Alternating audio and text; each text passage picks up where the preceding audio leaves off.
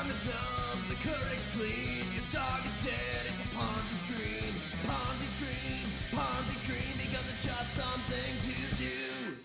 David's in the corner getting his bee-boo bum. Here's David. Hey guys. Hey, what's up? We're here to No, money in the morning with Dan, David, and Gabe El Muchacho. Yeah, we have to have like maybe like a weirdly racist name for Gabe if you're gonna go with that genre. Love being othered on the podcast. Can't get enough. I thank God I just took a DNA test to figure out exactly how much you guys should other me.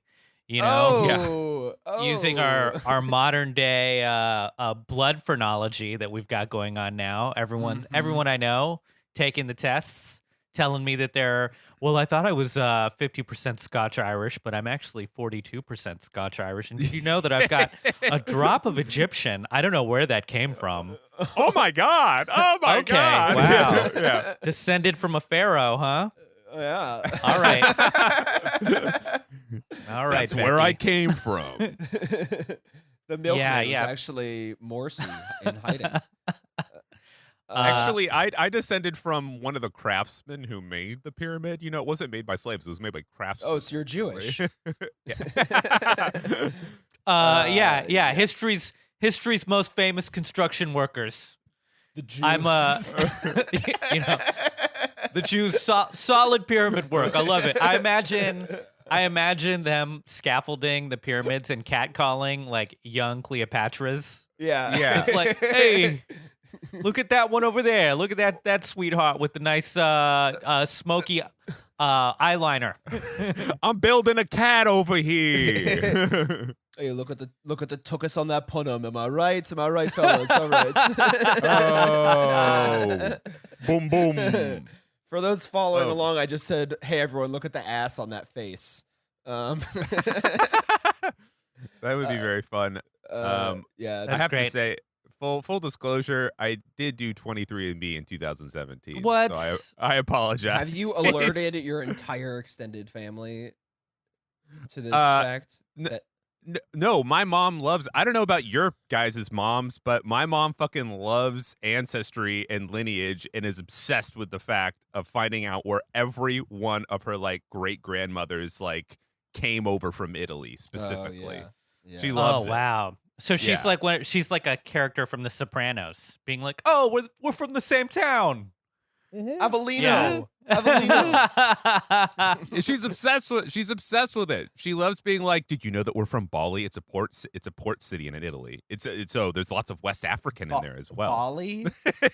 You're from Bali? No. It's Bali. Bali, Italy. It's like a port city. Okay. Where are you from? Kuala Lumpur, Italy. Like what? Yeah. No. Not that one. Yeah. Yeah. Yeah. Well, that's cool, man. Yeah, my dad did a 23andMe, and it turns out we're like 1%, or he's like 1% Persian of some variety. Oh, okay. Yeah. All right. The rest, I'm actually kind of a weird white, because I am just Ashkenazi Jewish and almost entirely Just German. enough. Okay. Yeah. Just enough. I'm just one. Like, there's not very many whites that are just one thing. Everyone is always like, oh, I'm a little bit, like I'm a little bit. Everyone's a mutt. Yeah. Something like Oh that. yeah, you know it, man. You know I'm white as hell. I'm 50%. I'm looking at it literally right now. I'm 50% Northwestern European, Nice. 28% Southern European, 11% Eastern European. The 20, you're just all of I'm Europe, all of it. bro. You're just all of Europe. The only part you're missing is like Portugal and Finland. Oh man, dude, one of the places in Ireland is Mayo, so I'm literally a Mayo ass. Oh no. Oh no. Oh man. So yeah, but your ass is from Mayo, but your hair is from Italy. That's for sure. Yes, absolutely. But so fun segue. This has all been. Gabe, you're Greek and Mexican, right? That's right. I'm a white passing Mexican Hell Greek yeah, dude. boy. Hell yeah. Nice.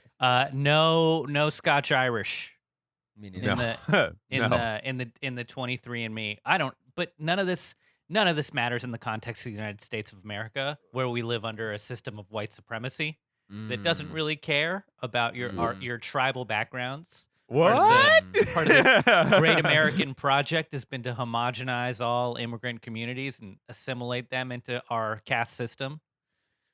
Oh yeah, which is pretty binary. So I'm changing. That's why I'm changing my comedy name to Dave Brad. So, anyways, all that's to say, we should not be disclosing this publicly because this podcast is probably gonna get bought by Blackstone.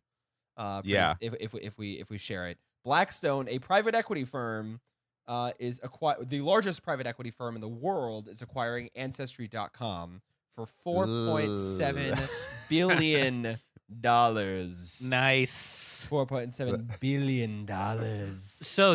So everyone basically gave Ancestry.com their DNA fingerprints. Yes. They're like, here's who we are. This is all of our history and our bloodlines. Right. And now Blackstone's like joink and has acquired all of that. Yoink. and there's like a real question. Like there are things that you can and can't do with private medical information, with HIPAA, right? But I'm not sure whether that applies to ancestry, nation of origin stuff. And if it doesn't, then Blackstone, this big private equity firm, could just just sell everyone's ancestral information for money, and just have like another thing that they could do. Like they acquire a company.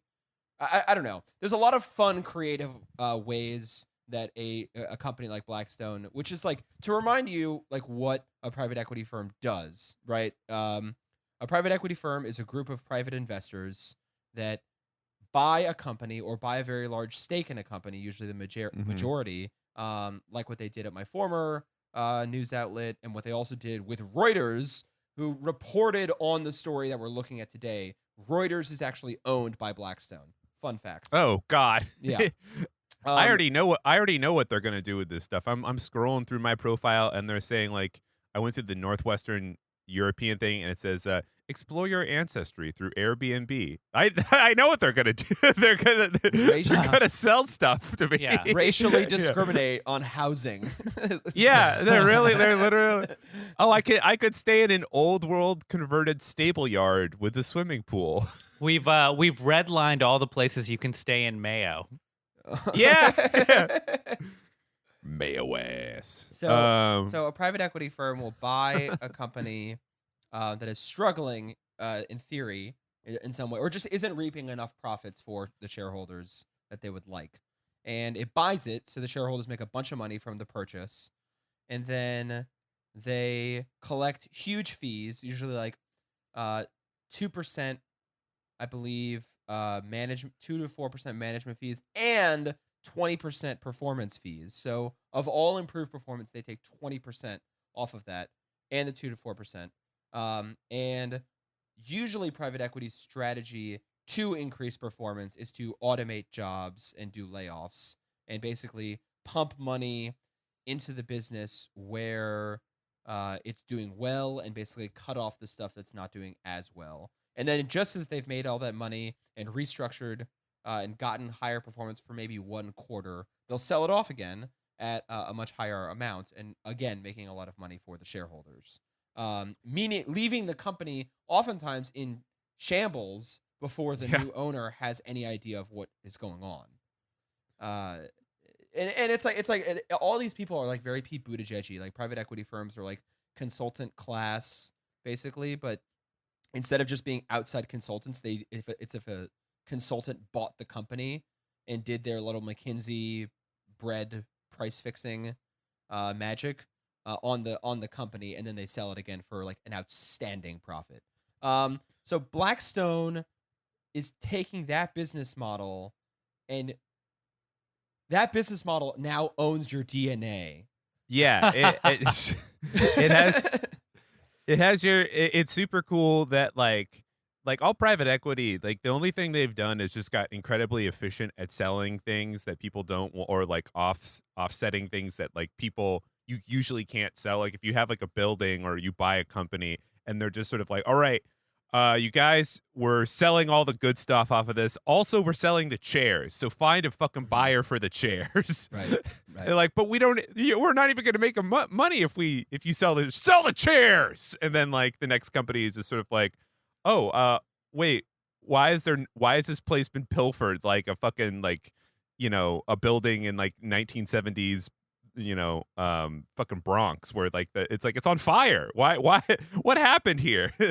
It's a looting, baby. It's a little bit of a looting. It is a looting. That's a very good word for it. So what they could do is, just thinking off the top of my head, is replace all the chairs at Payless Shoe Source, because a private equity firm bought Payless Shoe Source and then ran it out of business. They could replace all, like, based off of your ethnic heritage, just try and like maximize what shoes they think you'd be interested in. So based off the fact that Danny has the largest percentage of his DNA as Northwestern European, they're just going to offer you Keds every time you go in. They're going to look at you. They're going to say anyone who's used Ancestry.com gets a 10% discount at Payless Shoe Source. And you're going to go in and they're going to instantly see your profile show up on their tablets. And then they're going to be like, we're going to give you Keds and maybe some Reeboks, but not cool Reeboks, just some. They say I have Reeboks. They say I have two variants associated with being less likely to have a fear of heights because of my 2% Neanderthal DNA. David, what are they trying to tell? What are they trying to tell? They say I should eat less leafy greens. What is this? I don't know. Yeah, and Greek shoes. You probably, your Greek DNA is going to lead to a predilection for shoes with these poofy balls on the front of the toe. Yeah. Do you want shoes with a clown nose on the front? I would. I need those, especially if I'm in the traditional military garb. They're just like oh, a half Greek walked in. Bring out the tracksuits. Just grab. I love how we're all just like this. I mean, the end of the road here is just like, oh my god. Oh, that's what you mean. Oh, that's what you mean. Yeah, don't worry. We'll put this in the show notes. But Papa likes some poofy balls on the front of my shoes. Yeah, when I'm goose stepping around the Parthenon. Dude, I love how Blackstone is just going to be tiptoeing into like what we said, like this like quasi phrenology, and just being like, "Hey, come over here, you," and then saying some outdated slur, like for Italians or whatever. Yeah, hell yeah, dude. They're just gonna. Sorry, go ahead, Danny. No, and they're just gonna be like, "Thank you for recognizing me." They're gonna apply like all this phrenology and eugenics to every single company that Blackstone owns, which is, there's a lot of companies that Blackstone owns. It's exciting. It's exciting to think about. Like, okay, so if a Jew walks into Payless Shoe Source, they're just gonna the easiest joke is they're gonna offer them the cheapest shoe. Yeah. Okay, that's not really much of a thing, I guess. What kind of shoes do Jews like, guys, in your experiences? Those ones that the Orthodox wears, where they're just all black, but they kind of have a heel to them, so it looks like they could do like dancing with them, or like they look like tap shoes almost, or no, they like you David, you walk into a Payless shoe store and then they scan a barcode on your head, and then they're like, okay, and then immediately they're like, oh, hello there, Mr. Eisenberg. And they're like, wait a minute, how are you talking just a second ago? And then just like nothing. There's like an Alexa that changes her voice to cater to the different like Ancestry.com genetic information that you have. Yeah. Who needs some more art support? Yeah, Who yeah, needs yeah. some art support? Oh, hello there, David. How are you? Wait, what? What are you talking? Hey, stop that! And then he scans another person. They're just like, "Oh, top of the morning to you." I don't know what Irish what are Irish shoes? They also have like a poof on them. They're like pointy and they're green. Probably. I don't know. So basically, the whole thing is that this is going to finally allow Blackstone to be racist, openly racist as they want to be. They also own things like Hilton, Okay. which is exciting because all the hotel rooms are going to have your ancestry in them and not just in the used sheets. Then they own a few things like United Biscuits, which I just saw that. Oh my god! I was like, "What do you mean they own a thing called?" I'm on their Wikipedia. They're like, they own. Oh, they own Orangina. gross. Love Carbonated- Orangina. Oh my god! It really is. It's the same one. I love that shit. Oh my! I thought I was like, that must be some esoteric holding firm or whatever. No, it's literally the orange beverage. Yeah, the most delicious beverage that you find when you have to go to your mom's office after school. Yes. Yes. And yes. she's got a mini fridge, and there's like 4 Diet Cokes and like a half-finished salad still in the plastic bowl container. And in the back is just like, oh hell yeah, Orangina, Yeah. a Oh, I love- sensible carbonated fizzy juice soda hybrid. Yeah. What's United Biscuits? I couldn't tell. United. It's a food manufacturer. Oh, they own And- Cars of Carlisle. I like those biscuits. Those are nice. Oh, really? Yeah, you put some nice manchego on them. Maybe a pepper jelly. But like they're literally United Biscuits has a fantastic logo, by the way. But like they're a food thing, but they're from London, which means like in American speak, their name is literally United Cookies. Like that's so good. That's so good. Hello, we're United. We're Yeah. United Biscuits. They also own because there was such a rivalry and disunity of biscuits before they showed up. They own Legoland and Madame Tussauds. Oh, weird. All of the Madame Tussauds, which is pretty freaking cool. They were considering taking over SeaWorld, but they didn't do that. Anyways, all these companies have your DNA now. Our biggest assets is waxworks across the world and orcas. We don't call them killer whales anymore. Orcas. Yeah, we're rebranding. Also, United Biscuits, they own 2 big brands, McVitie's and Jacobs. And they have some absolutely delightful names. Hobnobs, Ginger Nuts, Wingdings. There's something they own. There's like a type of food where its name is Scotch just... Irish. Yeah. Flipper Dipper. Go ahead with an exclamation point at the end. That's Penguin. Man, this is great. I love United Biscuits. This is great. I want to see the movie about the unification of all the biscuit companies. Yeah. So I feel like at one point it's got a scene almost like the end of Godfather, where one scrappy and wily biscuit entrepreneur wipes out all of the other biscuit families. Yeah, Yeah. where Wingdings put a Perma Nostra or whatever on Cheddars, and then Mini Cheddars fights Cheddars because Mini Cheddars is the son of Oddities is another one. Twiglets, that's a fun one. Water biscuits, that's for when you're in the pool, obviously. Who doesn't like a wet biscuit? Yeah. I did it all for the biscuit. The biscuit. I'm not gonna stop you guys. Keep going on this. I want No. Their logo looks like an airline logo, by the way. Yeah, it does look like an airline logo. Yeah, right out of like 1990. This is a really weird quote from the Reuters article about this. Blackstone is hoping that more consumers staying at home amid the coronavirus pandemic will turn to Ancestry.com for its services. What? Does that? I can't go outside, so I'm just gonna get into amateur phrenology.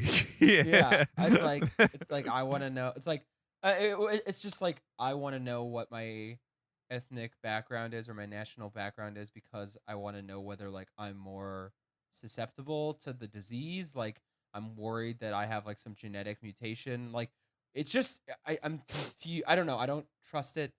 Then there's this quote that says, "We believe Ancestry has significant runway for further growth as people of all ages and backgrounds become increasingly interested in learning more about their family histories and themselves." That's a senior manager at Blackstone.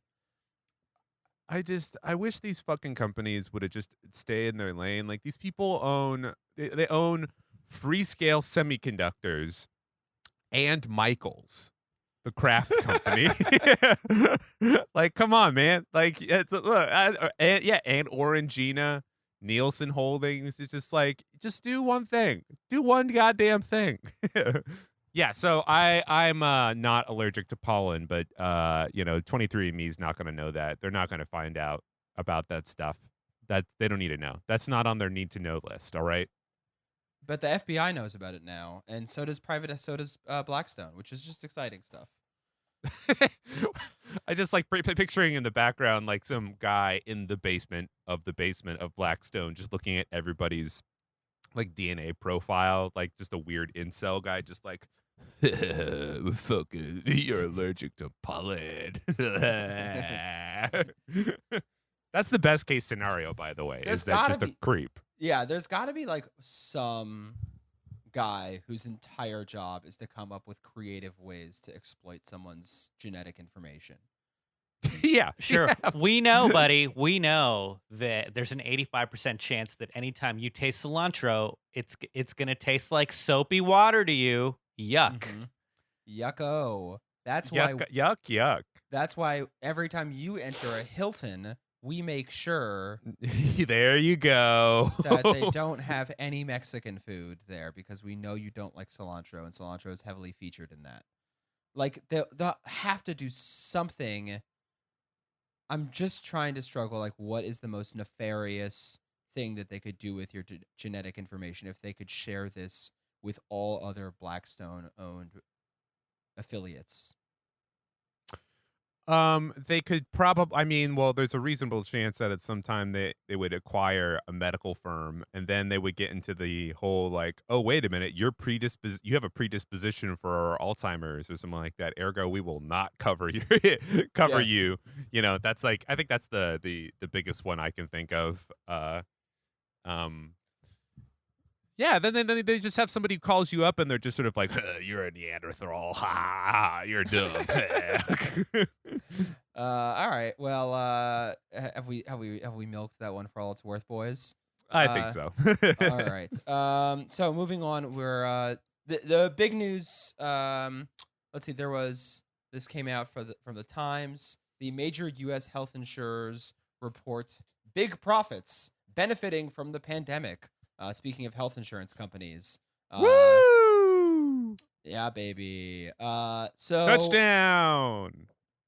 They're seeing Anthem's net income soared to $2.3 billion for the second quarter from $1.1 billion in 2019, while United Health got net earnings of $6.7 billion compared to $3.4 billion for the same 3-month period last year. So during record unemployment, record shutdowns of small businesses and rural hospitals, the post office shrinking and besieged by Donald Trump, all of these sectors of our economy are collapsing, and yet private health insurance thriving. Brilliant. Yeah. that's perfect. Thriving. Post in those dope ass IG stories.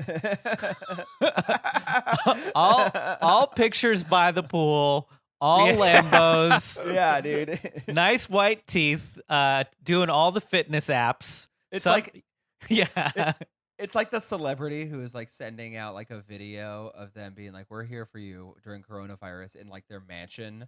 You know, like, and you just see their Instagram stories. That's like the comparison. Hell yeah. If Anthem, Humana, and United Health Group were people, they would be posting a Imagine medley of themselves singing. Yeah, dude. Yeah, they would. Yeah, dude. God, it's I don't want to disparage that too much because I'm trying to be the next host of the Ellen DeGeneres show. So, what are they fucking profiting off? Are they profiting off of people dying in hospitals? Are they profiting off of making coronavirus tests? Like, what is it? Like, Well, one thing definitely is that people were too freaked out to go to their doctor. So if you're not going to the doctor, then they're not paying anything. They're not covering anybody going to the doctor right now. Oh, that's an interesting point. Yeah. also, but people are also paying for tests. People are paying for that, like emergency room visits. People are paying like those sorts of things are where they're. I would imagine was where they're racking up big stuff, and also like if someone's getting fired, and if that person or someone who gets laid off loses their job, and that person is a high risk in person, then they are going to be more expensive than they are worth to cover. And so you lose those people, you make more money in net because they're more of a liability than an asset, you know? Yeah, for sure. That's definitely an aspect of it. Also, you probably have. Wait, no, that would cancel it out. I was going to say, like, if everybody is losing their health insurance collectively, that means you have a bunch of people all going to the doctor at the same time, being like, "Could you look at this? Could you look at my mole?" I mean, like, also, like, the Affordable Care Act, if you sign up to get on Obamacare or Cobra, that is just such a boon to these companies because you have to basically pay at cost out of pocket directly to the health insurer, and it's not a pooled plan. It's like an individual plan, which means it's going to be more expensive. Um, and they're making a fuck ton of money, and they're basically just like the uncle who's like crashing at your house and is just like spending the entire time in the bathroom and no one else can use the bathroom. They're just like cleansing themselves, just like exfoliating themselves, just like luxuriating in the bathtub, giving themselves like a back massage with the back massage machine while everyone else is like frantically knocking on the door that they have to pee and poop and stuff. While the uncle who's just a freeloader and doesn't do anything is just taking up the entire bathroom. So it's like all these health companies, they're just like John Witherspoon from Friday, and he just like comes out and just like, do not go in there. I just watched a Serious Man last night, and I just remembered there's like the uncle in that movie who just like has a cyst, and he just spends hours at a time in the bathroom, and that's kind of what they remind me of because they don't really do anything, right? Like the uncle is like working on his own project. Like a health insurer doesn't exactly provide a service other than the fact that they're just a middleman, right? So that's right. Yeah, there's no actual thing that they're doing. They're administering the like inclusion and exclusion of someone's right to health insurance. Like there's no real thing that they're doing. So they're not. So they're like an uncle. They don't help out. They're unemployed in the house. They're not paying rent. They're not going to school. They're just sitting and being a louse. And in doing so, they're also totally profiteering while everyone else is not doing anything. I thought it was a very elegant metaphor. Thank you very much. I thought it was very elegant. Thank you. I thought it was a very good metaphor.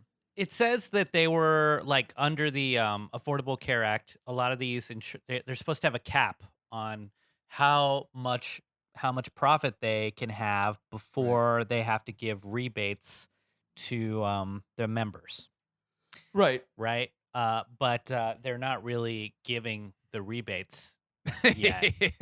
So they're just hoarding all of this excess profit. Yeah.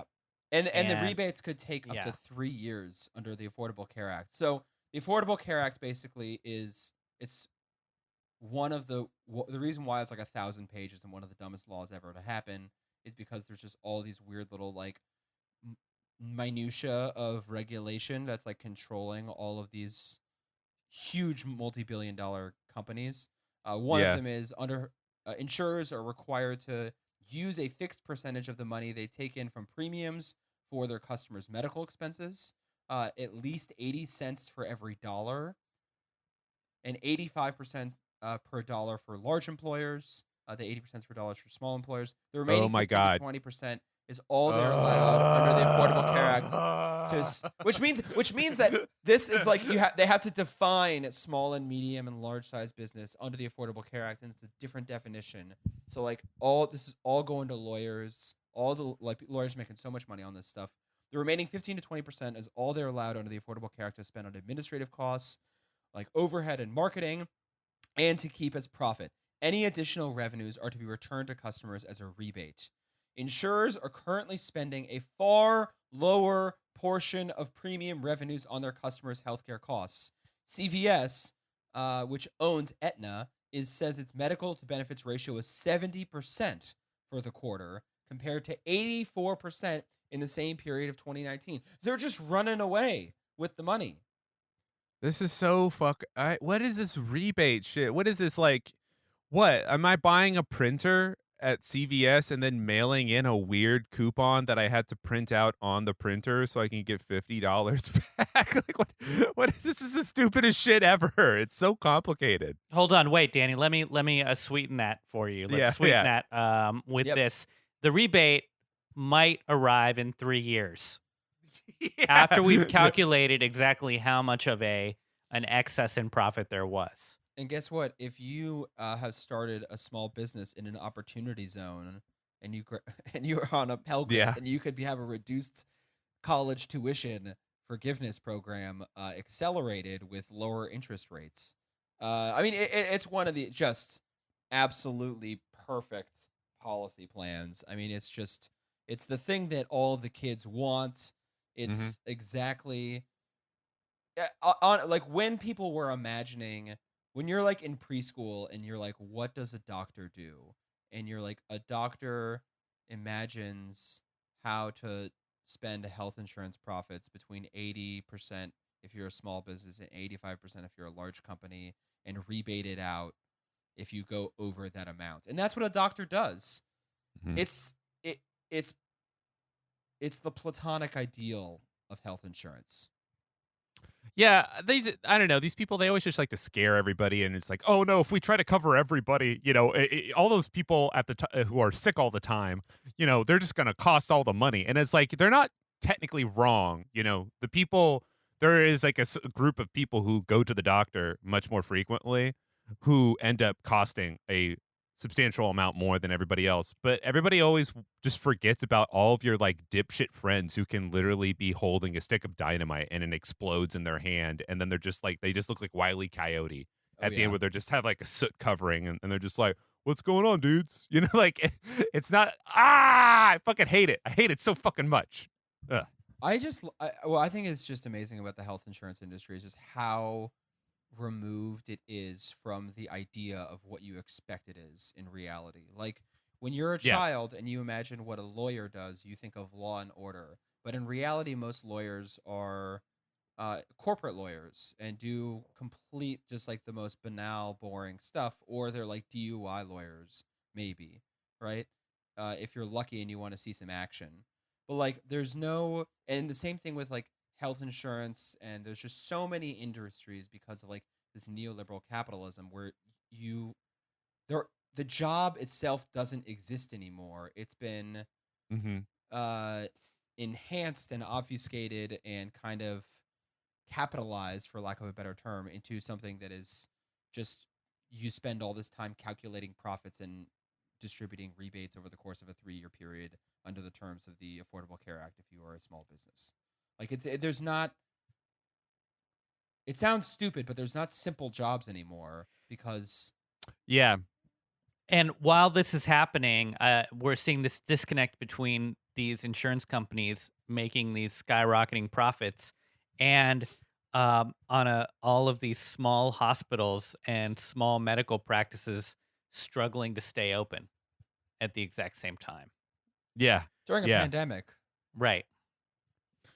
Right. So, like on the ground, the doctors on the ground are struggling to stay open.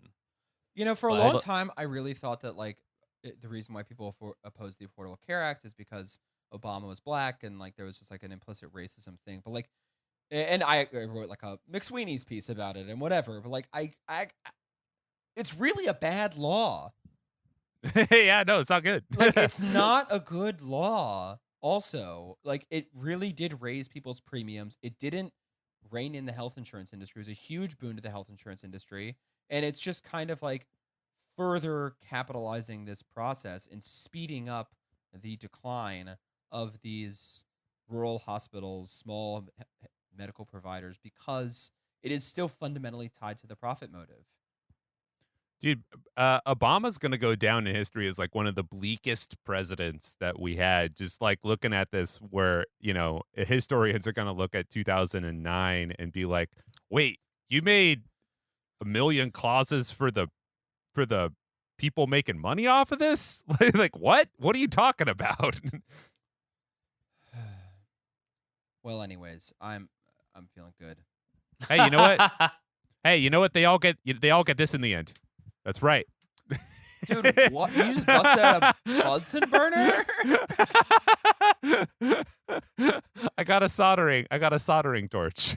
Oh, sorry. Okay, you gotta explain that analogy. That was ridiculous. I wanted to throw something fun into the wild card. Hey. Hey, you're gonna get the soldering iron. Yeah. Well, that just reminded me of like the documentaries I watched coming out of Wuhan in January and early February, I guess, where the dudes in Chinese doctors in hazmat suits were just welding shut the doors to apartments with people who had coronavirus. Gosh, yeah. Yeah, and, they're like, I mean, I was fine with that. I was like, dude, if we'd done that, March 10th, yeah, it would be, we'd all be in Florida right now, just chilling on the beaches of Miami, playing volleyball, the three of us, Ponzi Scream vacation. I love playing volleyball with my boys. Dude, we could all be in Sturgis right now covering the Harley Davidson motorcycle convention. We could be at the rally. No, Bernie Sanders with an arc welder, like, I am once again welding your front door shut. Dude, if we'd done that, Bernie would still be there. Would still be. He might have won the primary. Yeah, it's But very. Instead, we kept the airlines flying because we have this our illusion of our positive freedom, or whatever our form of freedom that we have, which is like freedom from any collective responsibility. It made it so that, you know, we're all just stuck in this dirty kiddie pool filled with coronavirus.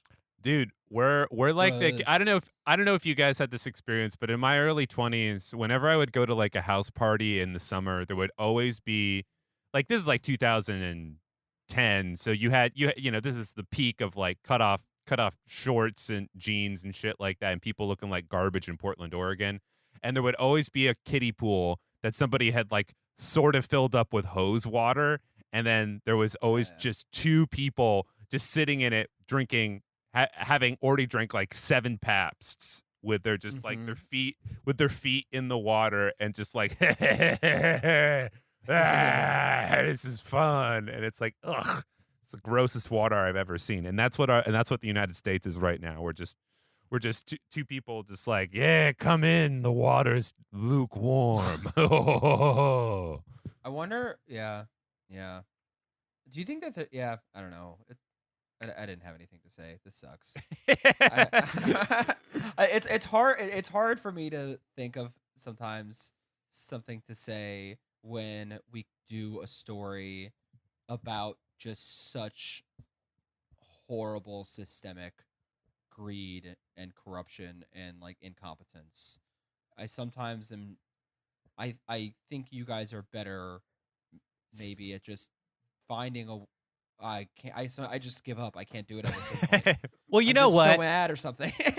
Well, let's turn our eyes to maybe somewhere else in the world, since the U.S. is such a little bleak cesspool. Why don't we take a little trip, guys? A little summer abroad, maybe to the Paris of the Middle East.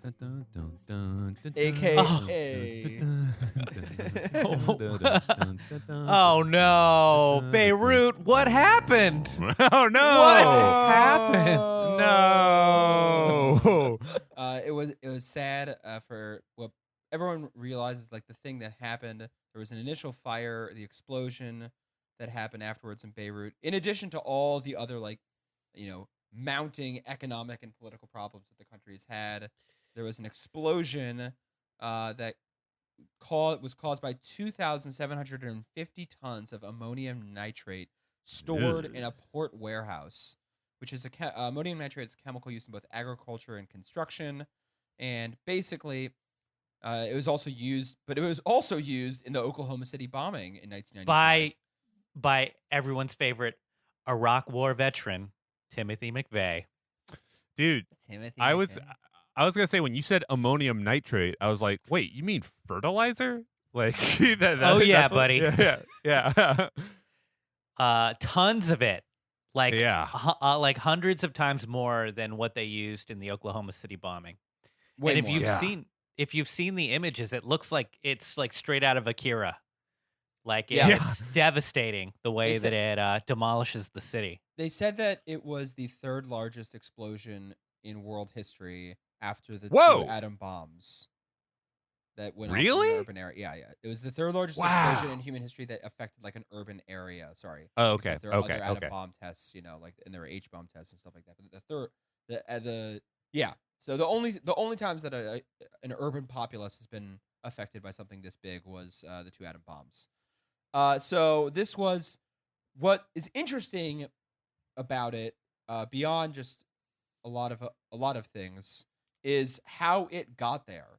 This cargo vessel, the MV Rosas, owned by a Russian registered company, registered to Bulgaria, and it has a flag to Moldova. It set sail from Georgia, and it was going to Mozambique. It carried What is this listing of countries? These are all like Bond villain countries. Yeah. Oh, yeah. Yeah. Bulgaria is only brought up when you're discussing international like terrorism or Bond villains. Yeah, you're exactly right. Yeah, the guy is literally the president's legally required to be petting a white Persian cat at all times. Just Right. And whenever white people are going to Mozambique, you know something bad's happening. Oh, no. Yeah. there's Bad stuff of Bruce. You know, like Mozambique, I'm sure on its own is fine, but whenever a white person goes there, that's a third plot in a B Bond movie. So the vessel was operated by 8 Ukrainians and 2 Russian crew members. They came on board not knowing that the previous crew had left the ship in protest at non-payment of their wages. When the Rosas solidarity. when the Rosas was forced by its owner to make an additional stop in Beirut to pick up more cargo, Lebanese officials impounded the ship for breaching the International Maritime Organization standards and failing to pay charges, including port fees. So, per international maritime law, which is something we talk about frequently on Ponzi Scream, ships can be arrested if they do not have the necessary paperwork, or are considered unsafe or environmentally hazardous, or as a holding security payment on a debt owed. So they can just be held for a lot of different reasons, and this one was held in Beirut.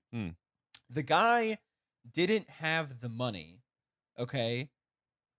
He began bankruptcy proceedings and effectively abandoned the ship and its crew. The co-signees, the Mozambican co-signees of the ammonium nitrate, also forsook the cargo. They abandoned it. This happens all the time, apparently, and it's often a way to avoid paying the crew wages that they are owed. So often, in fact, that the International Labor Organization maintains an abandoned seafarers database. Sometimes it's the ship's cargoes auctioned off to pay creditors or the crew's unpaid wages or cleanup and disposal costs. This happens all the time. All the time. You know what? You color me stupid because I did not know Lebanon was against an ocean. And I am looking at a Google Maps thing right now, and yep, they would definitely get a lot of ships coming in there So for Danny- sure. Danny, the first rule of maritime law is that it really helps to be in a port that is near the ocean. You near the ocean, yeah. If you're gonna be in a port, it should be near water. A There's water not port. there's not the Nebraska maritime law. Nope. And I always thought the captain was supposed to go down with the ship. You know, that's one of those things you learn as a little kid. And now I'm learning that the Right. captain should do like he's more like a Donald Trump like figure who once you're 85% done with construction on a building, you just threaten to deport all of your construction workers, and you just sue me for lost wages. Who cares? Yeah, You get can it just- tied up in the courts. Yeah. The movie Titanic was actually a form of propaganda. He did not go down with his. That does not happen. You should not be honoring these men who just abandon their workers with increasing regularity. And so what happened in Lebanon was no one wanted to. The resale of the cargo did not happen, and the authorities at the time refused to allow 4 of the seafarers off the ship without a replacement crew. The captain and the remaining crew were left aboard the ship, still carrying its explosive cargo for almost a year with What? with no wages, no access to electronic communications, and dwindling food and fuel provisions. In effect, the crew of the Rosas were hostages in the negotiation between Lebanese port authorities, who did not want to assume the responsibility of the ship's dangerous cargo, and the ship owner. And then finally, in August 2014, a Lebanese judge ordered the seafarers' release. And the 2,750-ton cargo of ammonium nitrate was subsequently moved from the vessel to a warehouse in the port of Beirut. And that's how it got there. Oh my God, that is so confounding. No one they could never get it sold, so it just sat there, and people just forgot about it over time. So they just move. It's like moving a nuke. Yeah. It's like moving a dirty bomb and parking it in a active harbor because whose responsibility is it? It's tied up in legal bureaucratic red tape. And it's all, but with no, what is it? It's like it was like a pass the potato. What's that? Hot potato? You guys ever play that game Hot Potato? Yeah. Yeah. It was like playing Hot Potato, but with a nuclear grade amount of fertilizer. Yeah. Cool. Just also, I mean, the other thing that, I mean, maybe it's a foreshadowing, but it's like the one of the weirdest things about that thing blowing up is how there was several examples of people who were just able to capture it on video by pure chance. Like, when 9/11 happened, there was only like one actual video of like the second plane going into the towers. But this one, there was just sort of like, there was like many, many, many viewpoints of people just like, hey, how's it going? Wait, Well, what? because Boom! well, there was a first fire that happened at the port, and then the first fire caused the explosion. So everyone's probably taking videos like, oh, there's that fire going on at the port. This is crazy. But then and then it caused this second explosion. So that's probably And why. and we're 20 years later and technology's gotten better. I think it's just the advent of smartphones everywhere. People are able to, of course. yeah. Of course. Yeah. But Lebanon had a revolution last year, and they imposed a technocratic government that was supposed to clean all this stuff up because it was comprised of experts. Yep. And Experts. Love experts. Killed. Yeah. Looks like it killed more than 200 people, and looks like the BBC saying that the Lebanese government is reportedly about to resign. Yeah. Tight. Yeah, the prime minister stepped down, and the whole thing is just like one of the most colossal, just forms of just one of the worst governing administrations you've ever seen. I've never seen something where they fuck up the political structure, they fuck up the economy with hyperinflation through this like weird technocratic thing that they tried and it totally messed up. And with these currency reserves, I was listening to something about that, and now this happens, and it's just one of the most devastating, just bungles that you could imagine. It's like if Pete Buttigieg was like doing a marathon and he just like fell on his face and broke his neck in the starting point. Just What you have to understand is I'm here to trip over my own dick. yeah, And just, I'm gonna. yeah. Well, I mean, David, before we started recording, you asked me like who I thought was going to be the vice presidential candidate, and Biden's rather, and it's like if every day, like Lebanon, just thinking about comparing Lebanon to the United States right now, it's like Lebanon was going through this intense issue with its economy already, this crisis of faith within its own government, and also dealing with the coronavirus. And this other devastating thing knocks them off when they're already disoriented. Who I have no idea how to predict anything that's going to be happening in the US because every day some crazy thing like this could happen. Which makes me think that it's gonna be Pete. I mean, that is as good a guess as any. Yeah, because I could see it being Mayor Pete, and then Joe being like, "Come on, he's gay. That's come on, come on, Jack. Come on, Yeah. come on, man. Come Yeah. on, man. Close enough, man. Look, don't you know how progressive I am? We didn't used to let these guys in the swimming pool. Yeah. Hey, come on, man. Look at him over there. He got that strong jawline. Come on, dude. What are we gonna do here? Let him in the pool. He's He's got a a towel. I'm Corn Pop and he's a fairy. It's a corn. We're a cereal brand. We're just cereal. That just please vote for us. I want to mention one more thing on the Lebanon story, which is this thing called flags of convenience, which is another thing that we kind of talked about with tax havens. It kind of goes back to the tax haven thing. So a flag of convenience is essentially an offshoring tool intended to protect capital. It allows unsafe ships to sail with crews who are vulnerable to the depredations of unscrupulous employers. So basically, if your country has maritime laws that are very scrupulous and very stringent and very worker protective, then a ship is just going to have a flag fly on their ship to be something else. They're just going to have it be the lowest common denominator, the worst, cheapest flag that they can, so that way they can avoid having to deal with your regulations, your stringent regulations. And David, this is the case with most cruise ship lines. Correct. That operate out of the United States but don't fly under a U.S. flag. So they don't have to deal with our labor laws. Oh my God. Yeah, so apparently a very common flag of convenience countries are like Panama, Liberia, Honduras.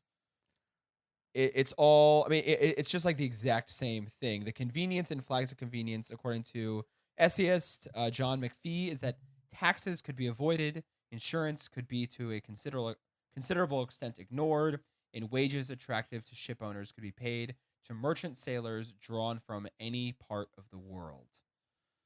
Yeah, it's a weird thing. I think with Gabe was saying, it's like you get a lot of flags of convenience being put on cruise ships, and because they're cruise ships, they try to be a little bit more like forward facing, like, oh, we're a cruise, whatever, and they'll choose a country that's like whatever, some Caribbean country where you'll have some less than scrupulous tax laws or whatever.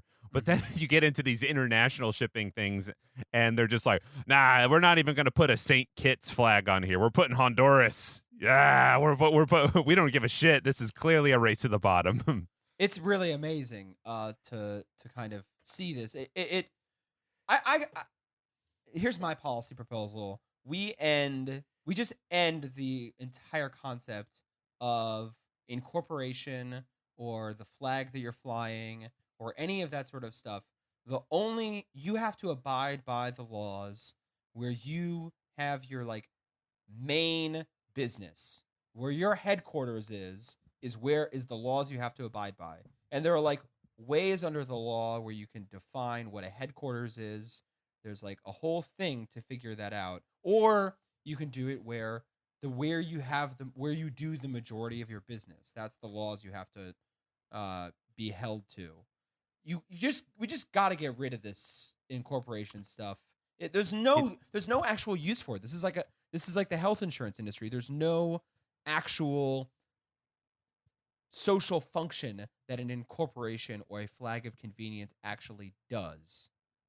We gotta have beer pong laws. You know what I'm talking about? You know, you go to a frat and you go to play some beer pong, and you're like, oh, okay, so in my frat we bounce the ball twice to get into the cup full of disgusting flat beer, and then the guy at this frat house is just sort of like, no, you don't understand.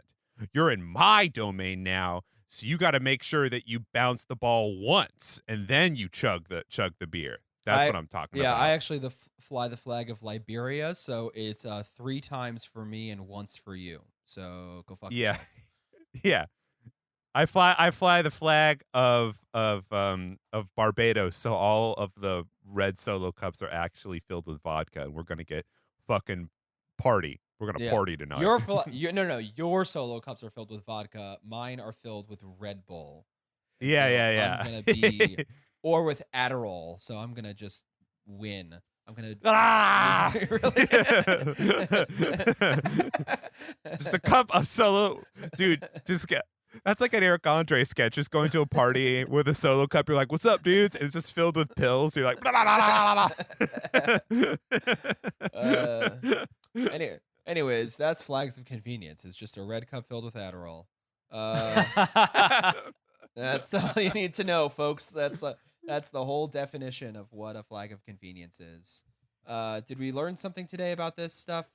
The International Maritime Organization, maritime law, pirate law. I think so. I think it is indicative of just like how these major tragedies, I mean, they get caught up in the white collar just as easily, where it's like, yeah, this wasn't like a terrorist attack. This wasn't like some nefarious thing like that we know of yet. It was just like some, people who didn't, it was, how would you describe it, David? It was just a bunch of like, non-filled out paperwork and like technicalities. Well, it's one of those things where it's like it's no one's in like direct fault, but it's a fault of it reveals a huge flaw in the system. Right? Yeah. Like there's a lot of, I don't know, there's other examples where you could think of this thing happening.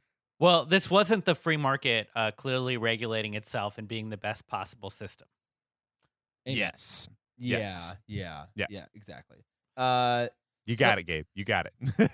It's one of those things where it's like, oh, that's a tragedy. That's a horrible mistake of things. But it's like, well, it's also like the entire system was built up such that liability will never really fall on the ship owner, and it's basically always going to fall on the nation.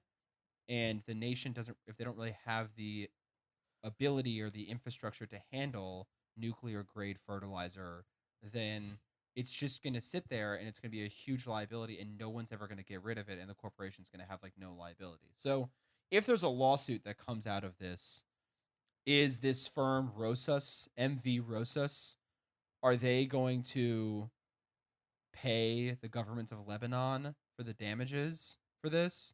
My guess, I mean, they should, but my guess is that they will get away with it. Right. Yeah. Or can we at least behead the captain of the ship that abandoned the pile of fertilizer and his sailors to be quarantined on the ship for a year? I think the eating Lebanese nothing but dried goods. Yeah, right. I think the Lebanese people deserve to have like a public mutiny witness in like downtown Beirut or something like that. I would certainly find satisfaction in that. White collar crime, man. It's not always living in fucking, Missouri and buying a boat. Sometimes it's buying a huge giant boat and then leaving it for 5 years, and then a giant explosion happens. Oh yeah, baby. Yeah, white collar crime. it's kind of sometimes blue collar. It's always a boat. That's It's always Gabe is just shaking his head, really upset by he's so upset that I we just gotta keep going. Stretch it out, guys. Stretch it out. All right. He's getting ants in the Yeah. pants. Anyway, that's good, though. So how are you guys today? Are you guys good? I'm feeling great, man. I think we got a lot out of this episode. We learned about our DNA, our ancestry. To recap, insurance companies are doing fantastic. Shout outs to Anthem. Keep making that cream. And please. Expect and to see that back in 3 to 5 years. And shout outs to the intricacies and nuances of maritime law. Hopefully one day I'll get to work for the Great Imperial Fleet of Bulgaria, whose main office is located in New Jersey. Hey. Hey. East Street.